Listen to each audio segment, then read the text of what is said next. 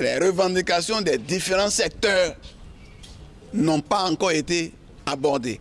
La motion, par exemple, des gens de la santé, c'est un peu abordé, mais on n'en a pas discuté puisque eux-mêmes ne sont pas là. Au niveau des enseignants, on n'a parlé que de statut particulier, on n'a rien obtenu. Et les autres, les vacataires, on n'en a pas parlé. Les contractuels de la fonction publique des enseignants et autres qu'on veut limoger, des gens qui sont sans salaire depuis des années. On n'en a pas encore parlé. Pourtant, on veut clôturer la session le lundi et programmer des débats secteur par secteur. Donc, ça veut dire que rien n'avance. Rien n'avance et les gens ne viennent pas avec des solutions. Il est question que le gouvernement nous écoute et qu'il règle les problèmes. Et Dieu seul sait ce qui se passe.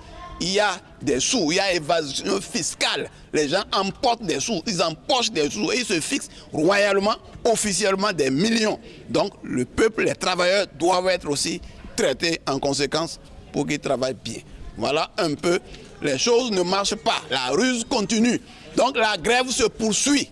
C'est une session qui doit durer 3 jours et c'est de commun accord que nous nous retrouvons lundi pour terminer l'ordre du jour, puisque nous avons un ordre du jour consensuel en 8 points. Nous en avons examiné 4 aujourd'hui et à ce jour, et les autres points seront examinés et épuisés lundi prochain. Pour ma part, je considère que les négociations évoluent normalement. Vous n'avez pas entendu des bruits de coups de poing, vous n'avez pas entendu des éclats de voix.